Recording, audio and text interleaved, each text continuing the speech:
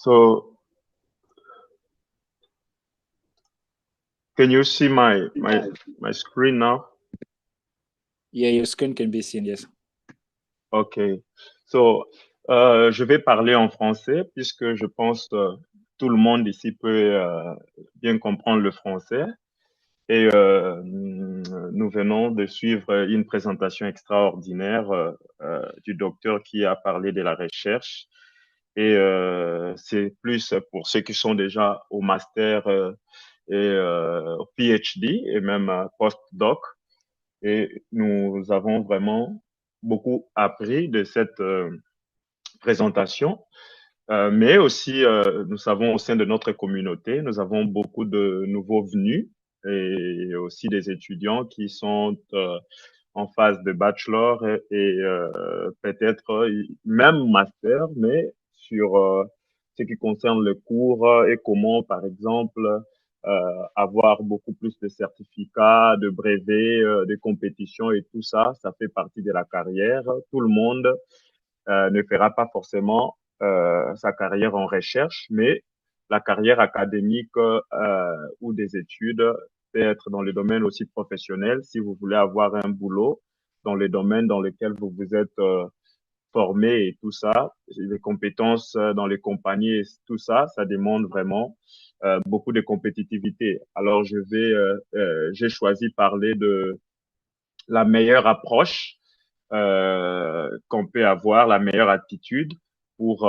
pouvoir avoir une carrière académique avec succès réussi.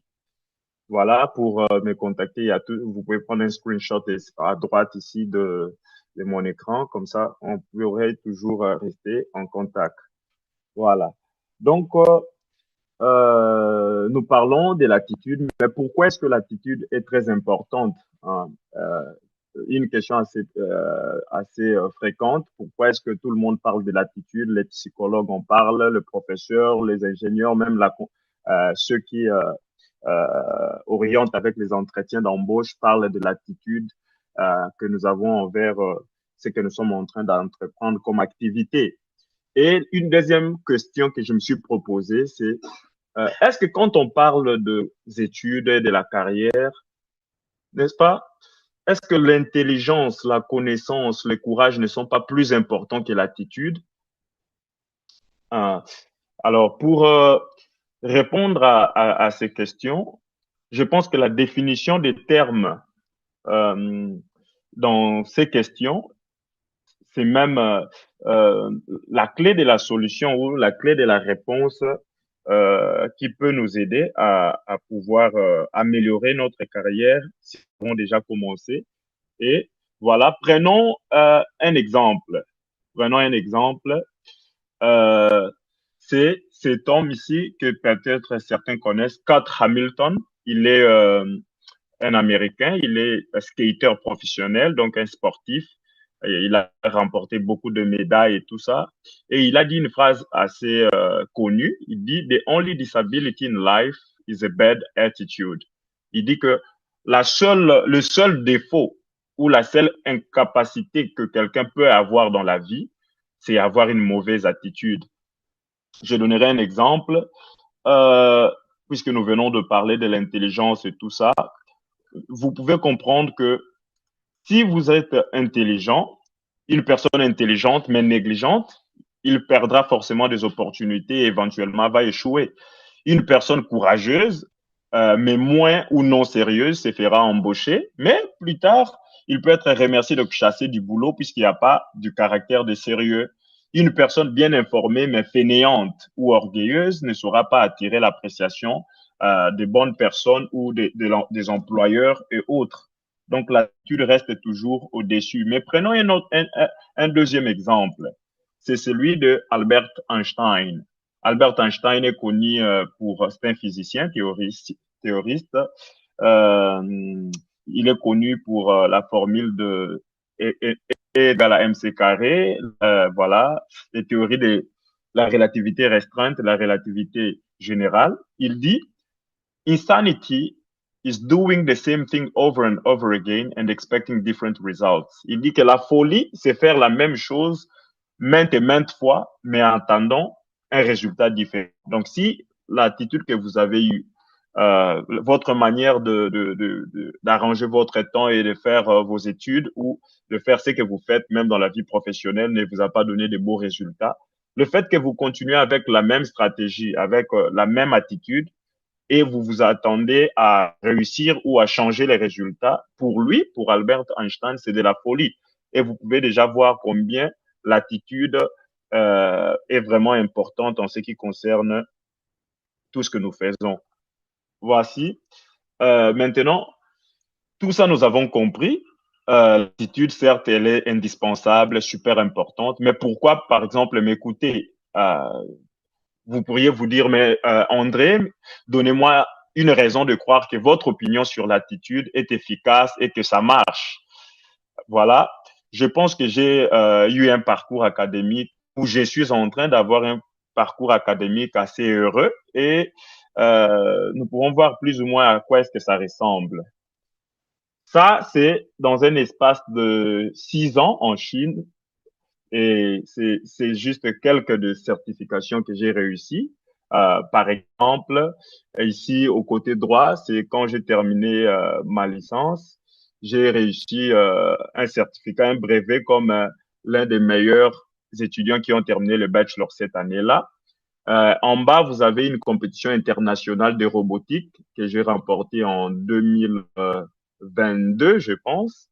Et vous pouvez voir, par exemple, ici au coin droit, c'est un brevet de recherche que j'ai eu ces mois-ci, je crois, 2 semaines passées, il y a de cela 2 semaines, sur une bonne performance en recherche dans la publication et activité académique et beaucoup d'autres certificats de compétition que j'ai remportés au niveau national ou provincial et même international.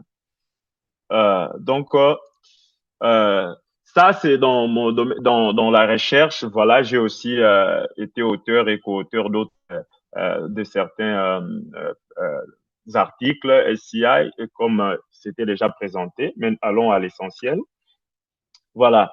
Donc, selon, il y a cet auteur, Kendra Cherry, il a un master en éducation. Cette chercheuse, selon elle montre que l'attitude et les résultats que nous avons a un caractère cyclique. Donc, c'est-à-dire, par exemple, ici, vous pouvez voir que l'attitude, c'est un comportement que vous affichez. Et cela va construire des expériences par rapport aux résultats que vous obtenez de ces comportements. Et ensuite, cela va créer un sentiment de joie, de courage, de motivation ou voilà, voilà, de découragement. Et enfin, cela va encore réanimer la prochaine attitude que vous aurez quand vous faites quelque chose. Donc, par exemple, vous êtes négligent au cours des maths et ensuite, vous, pour cela, vous ne faites aucune prévision de cours, aucune révision de cours. Comme résultat, l'expérience que vous avez, c'est que vous avez échoué au cours de maths ou vous échouez à beaucoup de devoirs, à beaucoup d'examens. Et ensuite, cela crée un sentiment. Les sentiments, vous n'aimez pas, vous haïssez, ou vous détestez le maths. Enfin. Et ces sentiments vont maintenant produire une idée, n'est-ce pas? Par exemple, vous dites que non, le mathématique n'est pas mon truc, les mathématiques sont trop difficiles, etc. Et ensuite, voilà, vous acceptez les résultats. Par exemple, vous dites que non, moi, je ne saurai jamais les maths, ou bien moi, ça ne marchera pas. Et puis, bon, de toutes les façons, je vais me rendre examen, même si je révise, je ne réussis jamais, ou même si je travaille. C'est pourquoi? Puisque vous aviez déjà commencé avec une mauvaise attitude et cette attitude de négligence a créé ce système de réflexion qui est cyclique et vous tombez maintenant dans un piège. Et ça, c'est une professionnelle dans le domaine de la psychologie et de l'éducation qui a fait ces constats. Et si nous progressons, vous pouvez voir que l'attitude peut racheter même certaines erreurs. Ça, c'est une histoire que j'aimerais raconter. C'est une histoire qui pourrait nous aider, nous modérer. Voilà, en 1939, à l'université de Californie, Berkeley, il y a un professeur, son nom c'est Jerzy Neyman, il était là, de 1894 à 1981. Donc, ça, c'est sa durée de vie. Et il était professeur des cours de statistiques dans cette université de Californie, Berkeley, en 1939. Et voilà, un jour, pendant qu'il donnait cours, vers la fin du cours, au milieu du cours, il a donné deux questions, des exercices de statistiques qui étaient pour l'époque, hein, à l'époque, des irrésolvables. C'était des défis que personne ne pouvait résoudre. Donc, il n'y avait pas de solution pour ces équations ou ces postulats mathématiques en statistique. Et il y a un étudiant, c'est Georges Dantzig.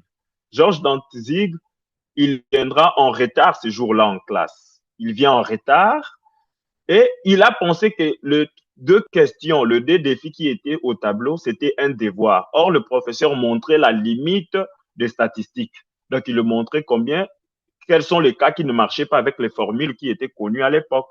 Lui, il a cru, quand il est venu en retard, il s'assoit, il voit sur le haut tableau, il y a beaucoup d'écrits et il voit deux exercices non résolus.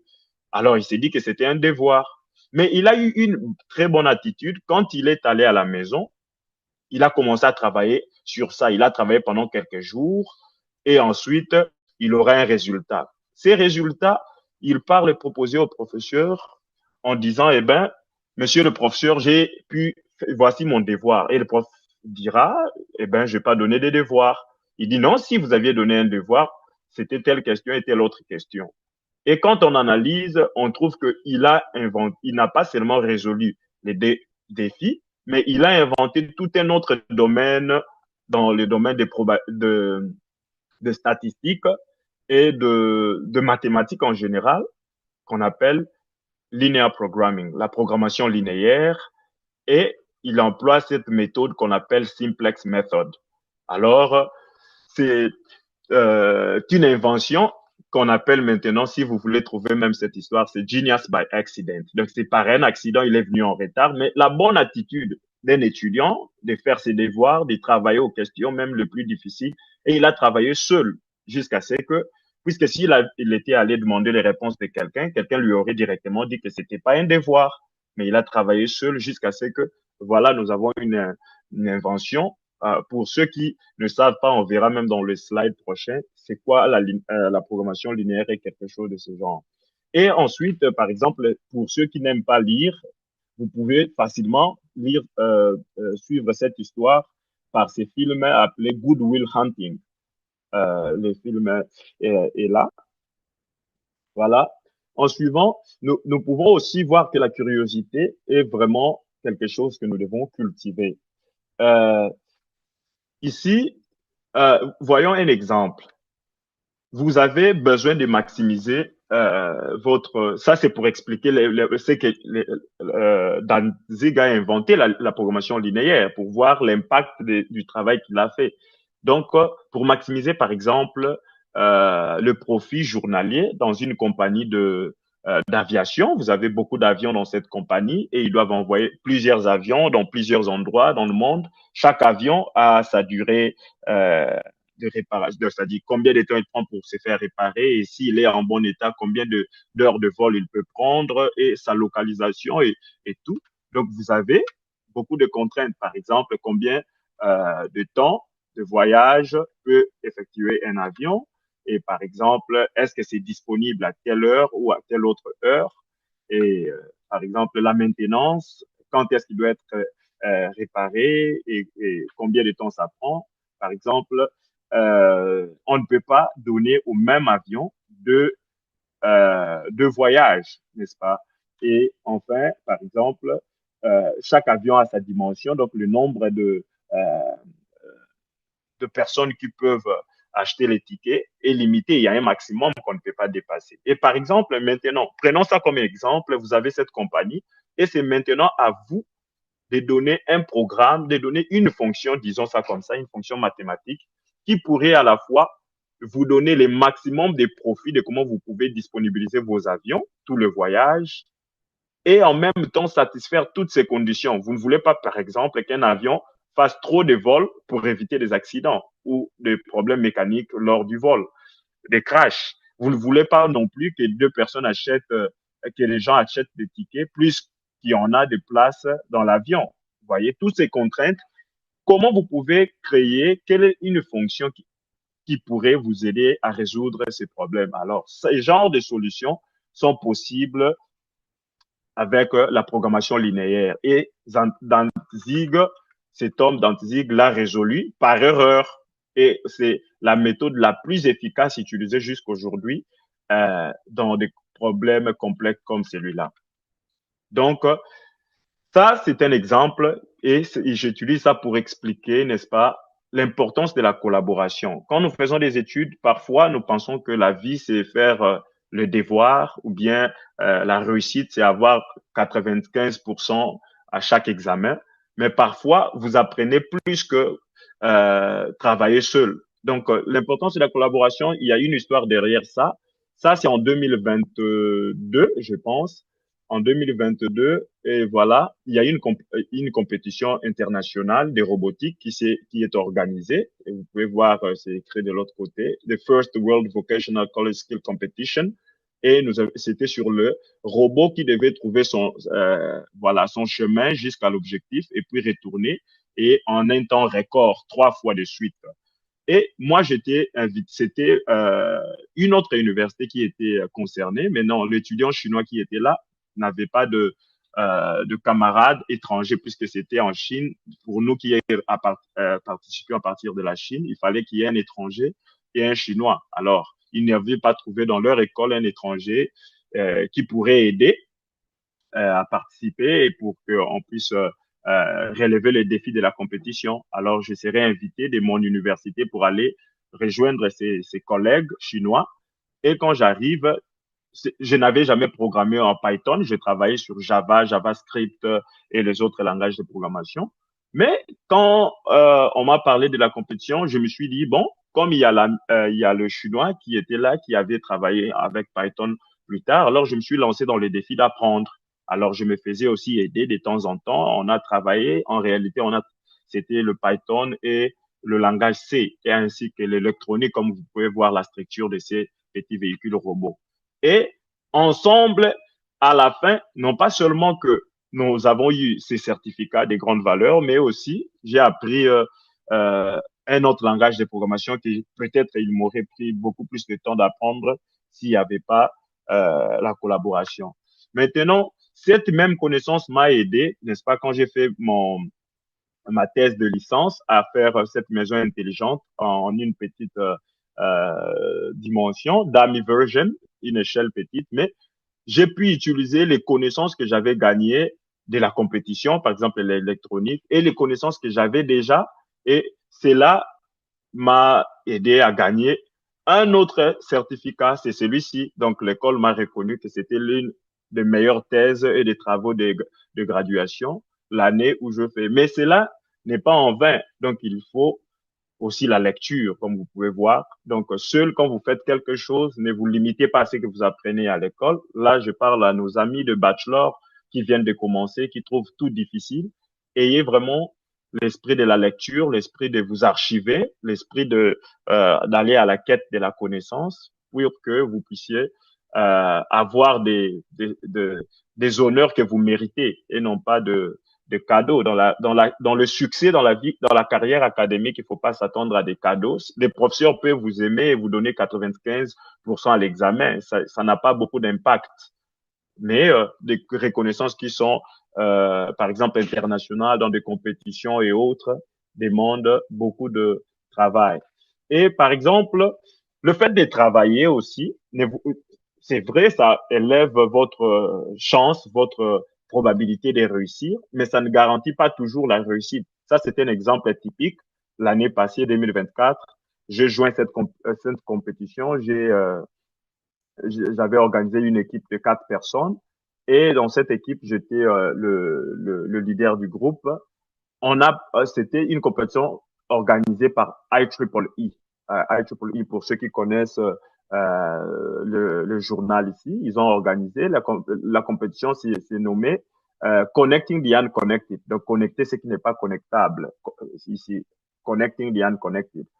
Et au début, nous avons fait la première étape, ça a pris quelques temps, nous avons passé. La deuxième étape, nous sommes passés sans problème. Nous avons donné tout ce qu'ils avaient demandé. La troisième étape, nous avons tenu les défis. Et après que nous avons fini, il y avait que 3 étapes. On a terminé toutes les 3 étapes. On est passé sans problème. Mais à la fin, la décision du jury, de façon arbitraire, n'est-ce pas? Ils vont se décider, bon, ici ils disent qu'ils sont sorry, que le jury n'a pas trouvé que nous devrions gagner la prime, mais il n'y a pas de raisons techniques. Vous voyez que toutes les étapes sont bien passées avec succès et juste le jury, un groupe de 3 personnes se sont décidés qu'ils ne vont pas, nous sommes pas parmi les gagnants. Donc c'est ça aussi, la résilience. Il faut aussi avoir la résilience quand vous travaillez et que vous n'avez pas les résultats que vous voulez, ne vous découragez pas. Continuez à travailler, continuez à avoir votre objectif à cœur et ça pourra marcher. Maintenant, ça, c'est un exemple typique. Vous voyez, ça, c'est la liste de quelques scientifiques que j'ai prélevés ici. Je vais parler d'Albert Einstein. Nous savons qu'il a proposé la théorie de la relativité restreinte, générale et tout ça. Mais il a proposé aussi une théorie, Existence of Gravitational Waves, l'existence des ondes gravitationnelles en 1936. Bien que c'était Albert Einstein, voilà, le paper était rejeté. Le paper était rejeté, mais plus tard, ça sera accepté puisqu'il avait une vitesse d'avance. Il se peut que euh, votre succès ou votre réussite n'a pas été reconnu simplement puisque le jury n'a pas compris l'impact, la grandeur de votre contribution, du travail que vous avez réalisé. Mais rien n'empêche que vous puissiez continuer. Et là, nous tendons vers la fin. Ça, par exemple, vous voyez, Albert Einstein, ça, ce sont ses notes de quand il a terminé les humanités, comme nous appelons, donc le bac. Et c'était pour et maintenant il était éligible pour aller à l'université. Et vous pouvez voir la note selon le système allemand, la note la plus élevée, c'est 6, numéro 6. Donc quand vous avez 6, c'est excellent, 5, c'est very good, 4, c'est bien, 3, c'est satisfactoire. Donc souvent le minimum c'est 3, sinon vous ne passez pas. Et vous pouvez voir qu'il avait un 3 dans des cours comme français, il avait un 4 en géographie, il avait de 4. Il n'a pas toujours eu 6 dans tout le cours, mais ce que vous remarquez des spéciales, c'est que en, des cours comme mathématiques, dans des cours comme de mathématiques, l'algèbre par exemple, il a eu 6. Dans des cours comme géométrie, il a eu c'est-à-dire même mathématiques, il y a algèbre, géométrie et tout ça et même la physique, il a eu 6. Donc, c'est-à-dire, et chimie, il a eu 5. Donc, c'est-à-dire, vous pouvez voir que c'est pas toujours une vérité que vous aurez le plus haute note dans tous les cours. C'est pas aussi ça l'objectif. Vous pouvez avoir des notes un peu faibles dans certains cours, mais essayez de garder à l'esprit l'essentiel. Il aimait la physique, il était passionné par la physique et les mathématiques. Vous pouvez voir qu'il a fait de son mieux pour garder ses notes assez hautes. Mais il y avait des endroits, par exemple, en cours de français, et ça n'allait pas avec Albert Einstein, et d'autres cours comme la géographie et autres. Voilà. Et ici, je j'aimerais parler aussi de l'importance de l'environnement de travail, là où vous travaillez. Il y a ces posts, je ne parlerai pas d'articles, c'est un post et blog qui parle de The Magic of Changing Study Environments. Why does it work and tips to try. Why it works and tips to try. Et là, il montre d'abord que changer d'environnement de travail, là où vous travaillez, euh, peut rafraîchir votre état mental, votre cerveau. Et il peut vous aider avec la stimulation neurologique, donc la stimulation de votre capacité à vous concentrer. Et aussi la mémoire qui est dépendante au contexte. Vous voyez, par exemple, si vous apprenez un cours de robotique dans un laboratoire approprié, vous avez plus facilité de comprendre que si on vous expliquait avec le livre ou bien avec d'autres matériels qui n'étaient pas vraiment des matériels didactiques appropriés. Donc ça, c'est une mémoire qui est favorisée par les contextes de ce que vous faites. Et enfin, vous pouvez vous débarrasser de la monotonie, donc voir la même chose maintes et maintes fois. Concrètement, ce que je dis, c'est que par exemple, vous pouvez être en salle de classe, là vous apprenez avec le cours, mais ne vous arrêtez pas en salle de classe. Vous pouvez progresser, aller, si vous avez un bureau ou bien la bibliothèque, aller à la bibliothèque, essayer d'échanger aussi, aussi pour lire. Si vous êtes au dormitoire, essayez aussi de voir combien vous pouvez gagner en révisant vous-même, même avec YouTube et les autres plateformes. Essayez d'apprendre au maximum. L'Internet offre beaucoup d'informations. Essayez de maximiser votre temps d'étude. Et par exemple aussi, participer à des conférences, à des webinaires comme celui-ci, des talks, pour gagner plus de connaissances, gagner plus de compétences. Et cela sera pour vous un avantage extraordinaire.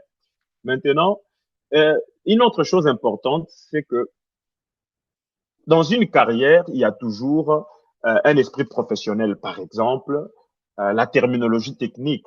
Donc, ne vous contentez pas à comprendre les termes selon la définition populaire, ou bien en réalité, le progrès du professionnel est lié à l'écosystème.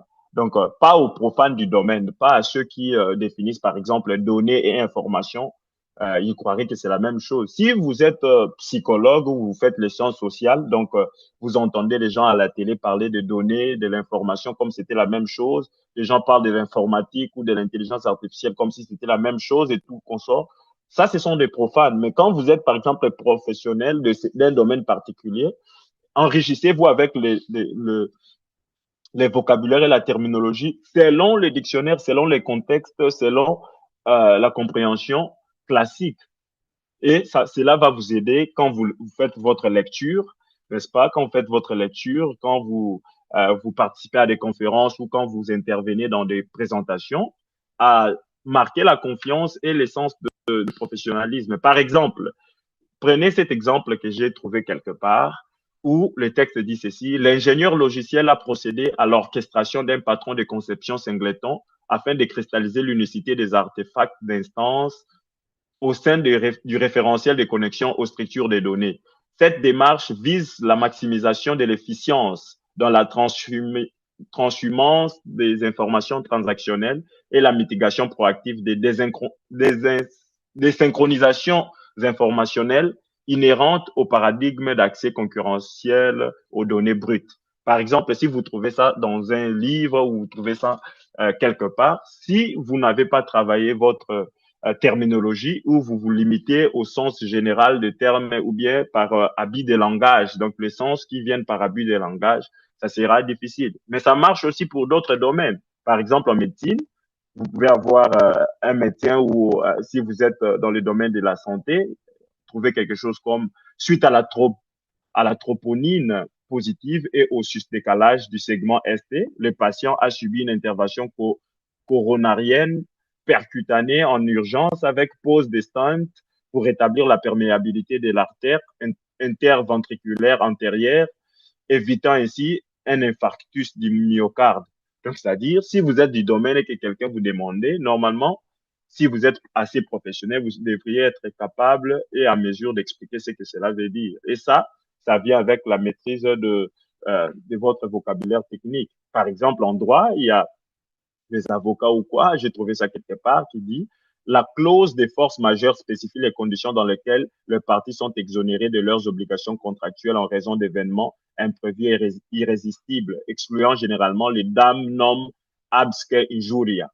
Vous voyez, ça c'est pour les gens de droit. Et enfin, un exemple en génie civil, nous avons étalonné la station totale par nivellement trigonométrique afin d'établir des points de contrôle géodésiques précis pour les levées topographiques, garantissant ainsi l'intégrité structurelle de la fondation en béton armé. Vous voyez que ce sont des termes qui ne sont pas toujours familiers, mais dans le domaine professionnel, si vous voulez vraiment vous approfondir dans ce que vous faites, ne vous limitez pas à parler de données ou d'informations ou de termes euh, avec des significations arbitraires, mais utilisez toujours les termes précis pour vous exprimer et cela va disponibiliser en vous la compétence et la capacité de comprendre ce que les autres transmettent dans un contexte purement académique et professionnel.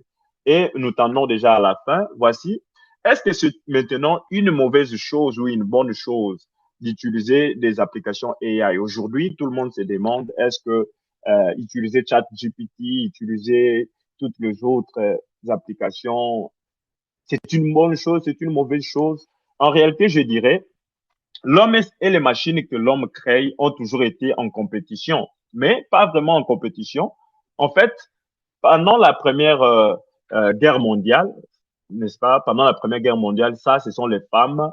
Pendant la première guerre mondiale, il y avait des équipes, souvent des dizaines de femmes, qui, pendant que les hommes étaient en guerre dans des champs de bataille, ces femmes faisaient des calculs de géométrie, des trigonométries, d'arithmétique, même des balistiques et autres, pour aider avec la prise de décision au moment des guerres, vous voyez. Et on appelle ça des human computers. Pour ceux qui connaissent l'histoire, vous pouvez aussi vous enrichir. Donc, des human computers, vous voyez. Mais ce qui est intéressant, c'est quoi? Lorsque nous sommes passés de cette étape à l'étape où nous avions des machines, des ordinateurs digitaux, les femmes qui sont présentes dans l'armée ne continuent pas à être en compétition avec les ordinateurs. Donc, elles sont maintenant engagées et investies dans d'autres activités au sein de l'armée. Vous pouvez voir que les instruments ou les outils que l'homme crée vont vous aider si vous savez les utiliser, mais ne vous limitez pas à faire tous vos devoirs, tous vos travaux à vous faire non pas aider, mais remplacer par AI. Donc là, nous pouvons dire que si AI peut vous remplacer, alors vous allez perdre votre boulot, vous perdez votre sens de compétitivité dans le marché.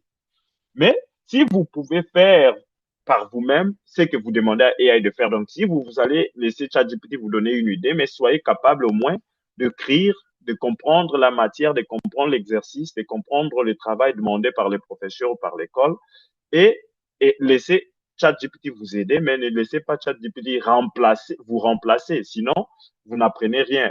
À la fin de vos études, vous vous rendez compte que vous avez peut-être un diplôme, mais vous n'avez aucune connaissance. Et voici, ça, c'est là où j'aimerais conclure.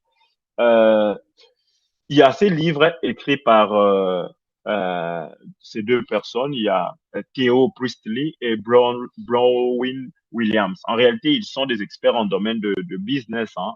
Ils ont écrit un livre. Le titre, c'est euh, euh, The Future Starts Now. Donc, l'avenir commence maintenant. Le futur commence maintenant. N'attendez pas un futur lointain. Si vous voulez travailler sur vos compétences techniques, sur vos cours, pour nos amis de bachelor, j'ai insisté, n'attendez pas que vous soyez en quatrième quand vous voulez faire votre test, alors que vous voulez savoir Oui, quel langage de les parents, programmation pas la tête, je sais que c'est pas mauvais, ça m'a montré, je sais que c'est pas, ils sont toujours, je sais pas. Donc, je peux pas être forcément normal. Allô? Donc, si je me débrouille un peu, c'est je dis, si moi j'aurais besoin un peu, je vais me réveiller. Oui, donc commencez maintenant, commencez à travailler et attendez de beaux résultats venant de votre attitude positive. Merci et à vous les questions.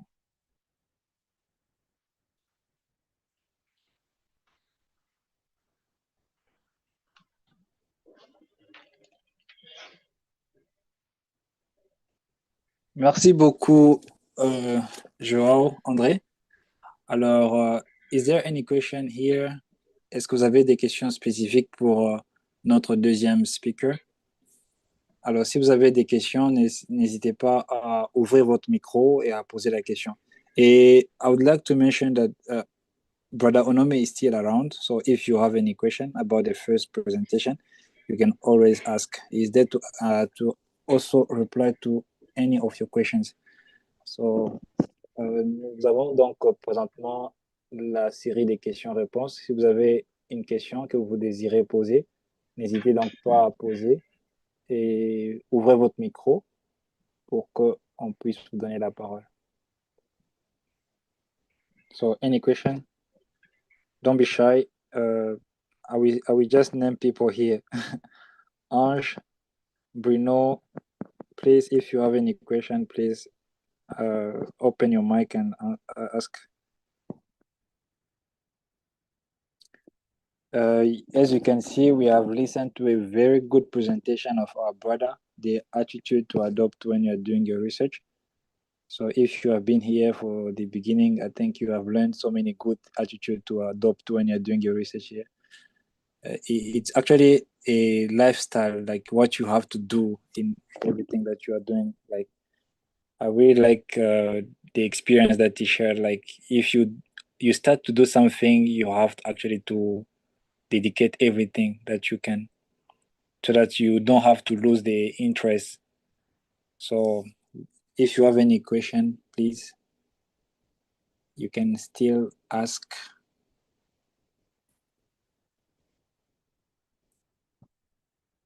Ok, moi j'aurais une question à Margot. poser. Okay, you have any question? Okay, go ahead. Bonsoir. Je m'appelle Junias. Juste une question parce que j'ai vu ton parcours, tu es André, hein? Et j'ai vu ton parcours que tu as fini dans Computer Science. Alors, juste une question, est-ce que tu peux avoir des conseils donnés à un bachelor degree qui vient de commencer à Computer Science? Comment il peut se documenter? Bon, merci beaucoup, Genias. Euh, bon, c'est typique, hein, au début, les choses sont un peu plus ou moins compliquées puisque c'est pas quelque chose que vous apprenez aux humanités.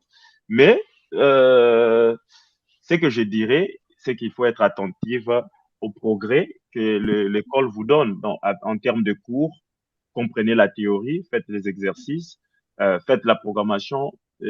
C'est toujours mieux de faire des erreurs et puis vous vous faites corriger par les professeurs et puis vous progressez tout en pratiquant, puisque ça ne sert à rien de connaître toutes les théories de la programmation et d'autres connaissances liées au computer science sans pour autant être capable de développer une application ou une page website ou bien des choses de ce genre. Alors, restez toujours branché avec le cours. Il y a des choses, il faut pas surtout suivre la foule, puisque la foule ne réfléchit pas, mais mettez-vous au travail et lisez, faites tout à garder, même pendant les examens, ayez des bons points et je pense que c'est là, tout ça va contribuer à votre carrière dans le computer science, la pratique et la théorie. D'accord, merci beaucoup. Ok, merci beaucoup, Ignace, pour la question. Est-ce qu'on a d'autres questions? Do we have other questions for our second speaker?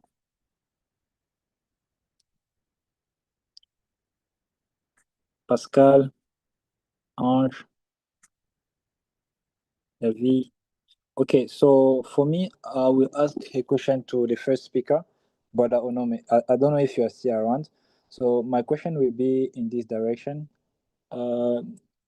If you are submitting your paper to a particular journal, if the paper got rejected for the first time and then like you got some comment, and then after that you apply, are you supposed to actually submit the after correcting your paper in the same journal, or you have the right to actually look for another one if you want, or what do you do in that particular position? Like, do you look for another paper journal to submit your paper, or you get back to the same journal? Can you give us some hint on that? Okay, yeah, thank you very much for this question. So you need to check the content of the email that was sent, the rejection email that was sent to you. Sometimes after the review, we have had that situation before. They will tell you it is rejected, but can be reconsidered. So you will have to look for that clause in the email that is sent to you. If they include can be reconsidered, that means after you have done the revision, you can submit to that same journal. But if it is an outright rejection without that clause, that means you cannot submit to that same journal again. So after making all the corrections and everything, you have to look for another journal that you submit your article to. So just straightforward. And it is wrong for you to submit the same article to two journals at the same time. So you have to your submission should be one journal per time during the time of waiting. Okay. Yes. But when you think about submitting the same paper in two different journals, I have one guy I met recently is from Pakistan. He Mhm. actually shared with me his own experience. He was saying that okay, for him, he managed to publish two like the same paper in two journals, and then he will just see the one that progressed very well. He will proceed with that one. If he doesn't get well for one of the journal, he will just reject or ask the editor to just not consider the publication. What do you think about that, Anna? That is very wrong. It is, people do it, but it is very, very wrong. One thing we should know that all these journals, they are connected. You see the Elsevier platform, they have a uniform database. If you go to Springer, go to Wiley, all of them they have the same platform. And apart from them having the same platform, they can access the information. That is why many times they will tell, even your professor will tell you, do not submit the same paper to two journals because people do it most times. Yeah, just like this guy to buy time because sometimes this journal will be wasting so much time and I cannot be waiting for the I cannot be waiting for this particular journal to give me the feedback before I can continue to process the paper. It's wrong. Please, I will not advise anyone to do it. It is very, very wrong because with you withdrawing your article from a particular journal is reducing your chances to go back to that journal to resubmit. Now, you have submitted an article before for your article to go for review. It means the journal is interested in that article. So now, after they have reviewed, then you now write to them, "Oh, I am sorry, I am no longer interested in submitting this article to your journal again." Of course, they will because it has not been published. They will retract it from the system, and you can do whatever you want to do with it. But it will be on record that the last time you submitted an article, you withdrew it. Now, when you want to go back to submit another article to that journal again, your chances are being reduced. It's just like you publish an article to a journal, it has been published and made online, and they find out that there are mistakes in the paper that you published. Now you are telling them, let them retract the article. That one said is even worse because once the article is being retracted, know that a whole lot of things. I think I have two people recently that found themselves in this situation. One of them, I think, is one of my friends from Burundi, is in Wuhan. He got he published a paper. He had problem with his professor, and they said they should retract the paper. They retracted the paper, and he find it difficult to graduate to defend his PhD thesis. They eventually allowed him to defend it, but now he's finding it difficult to apply for a postdoc, which he wants to do. Because when you retract a paper like that, the information is everywhere. That's why the other person, the other guy that had the same problem with his professor in Ohio University there, I just told him, try as much as possible to settle with your professor. Don't retract. So retracting an article, withdrawing an article is better if you submit it already and it has not gone out for review, means nobody have seen it. It has not gotten wide visibility. You can quickly retract it. But so far, they have sent it out to a reviewer. It means they are interested. So retracting those paper or withdrawing it from the journal is actually a very, very bad image that you're creating for yourself. So I would not advise anyone to do that. Yeah, thank you. Oh, thank you very much for your reply on that. Thank you very much. So we will come back to the second speaker. I don't know if you are still having some question to ask to Brother Joao, Andrew. So if there is no question, I would like to know, Brother Andrew, qu'est-ce qui t'a motivé davantage à pouvoir te maintenir dans cette position de dire que non, voilà, je vais apprendre plusieurs langages de programmation. Est-ce que tu as une expérience particulière que tu aimerais donc pouvoir donner à tous ceux qui font la même chose, parce que je vois qu'il y a plusieurs qui font l'intelligence artificielle. Est-ce que tu as la même, c'est pas une motivation, quelque chose à donner pour que tu puisses les encourager parce que on voit les résultats, on aimerait quand même voir si tu as aussi une expérience que tu peux partager particulière par rapport à ta motivation chaque matin, chaque soir, comment tu fais ton expérience personnelle au fait. Ah, voilà. Donc, merci pour la question.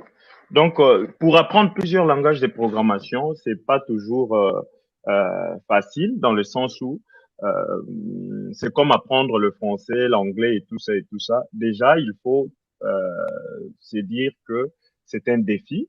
Alors, les défis sont toujours partout dans la vie, mais il y a deux façons de faire face aux défis. Un, c'est compter sur les dons, donc les capacités naturelles que vous avez. Par exemple, moi, personnellement, de nature, j'ai un don des langues. Je parle déjà couramment 7 langues. Peut-être bientôt, j'essaierai dans 10. Vous voyez, donc déjà, les langues humaines, j'en ai un peu plus de facilité et ça m'a permis de beaucoup facilement apprendre le langage de programmation. Mais autre aussi, c'est que tôt quand je suis venu en Chine, voici, euh, j'ai appris les chinois. Alors, j'avais toujours de bonnes relations avec les professeurs. C'est impossible d'excéder ou d'exceller plutôt dans votre carrière si vous n'avez pas de bonnes relations avec vos professeurs, puisque c'est votre source majeure de connaissances. C'est là où vous allez 5 fois, 5 jours la semaine et tout ça. C'est eux qui, voilà, se décident de votre performance académique.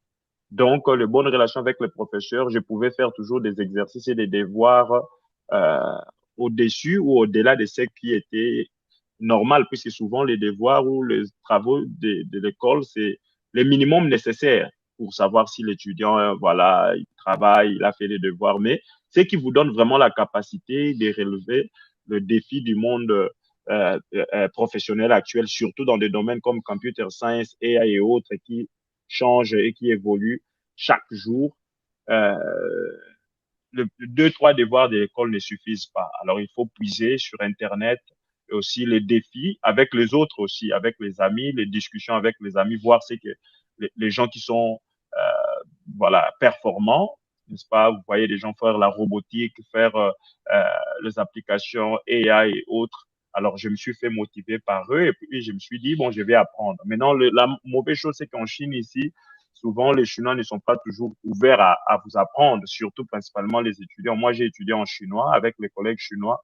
Euh, ils peuvent maîtriser quelque chose. Si vous leur demandez, ils vous disent, moi aussi, je ne sais pas, moi aussi, je ne maîtrise pas. Mais en connaissant le chinois, je pouvais moi-même aussi m'approfondir dans les sources des websites chinoises et autres pour voir vraiment comment ces choses, ça marche.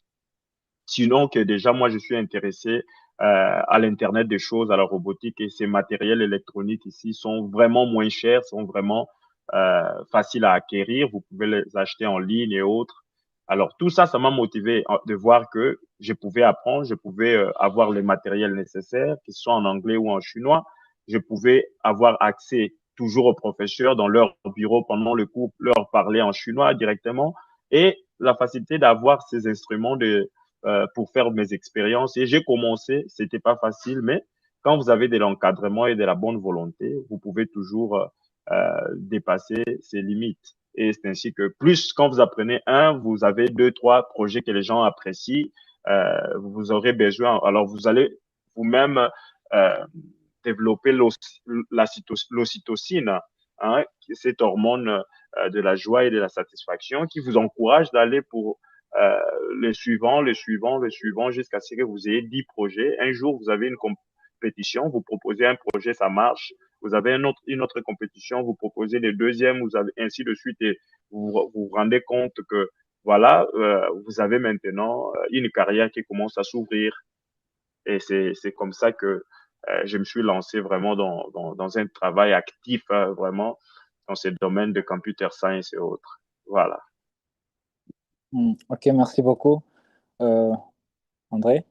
Alors, we would like to excuse the second speaker is currently busy because he's not in his city. He traveled to another city, so he had an urgent case, so that prevent him to join the current webinar.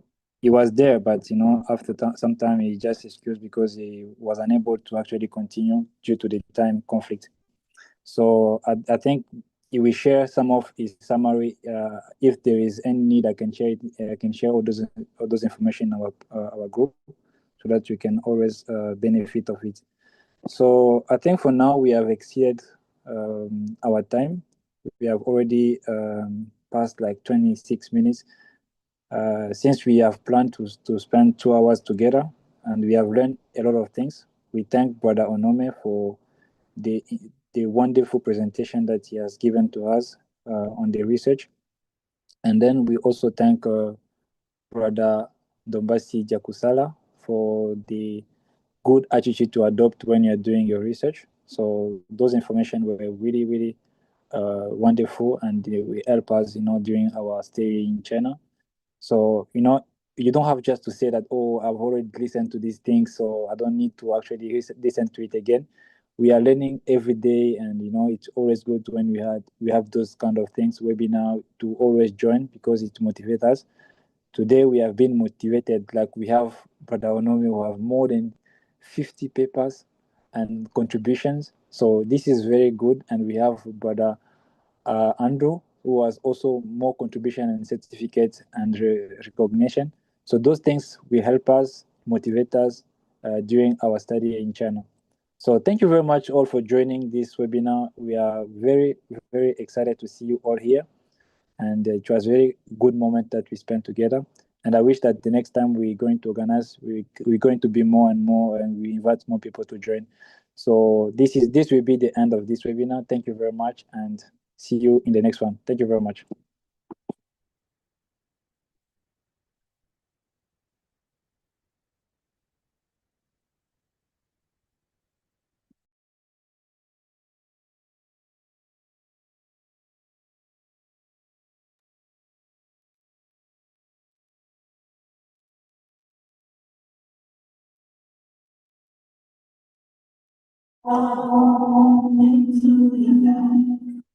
Grace upon grace, beauty for ashes, you come to us, we come back.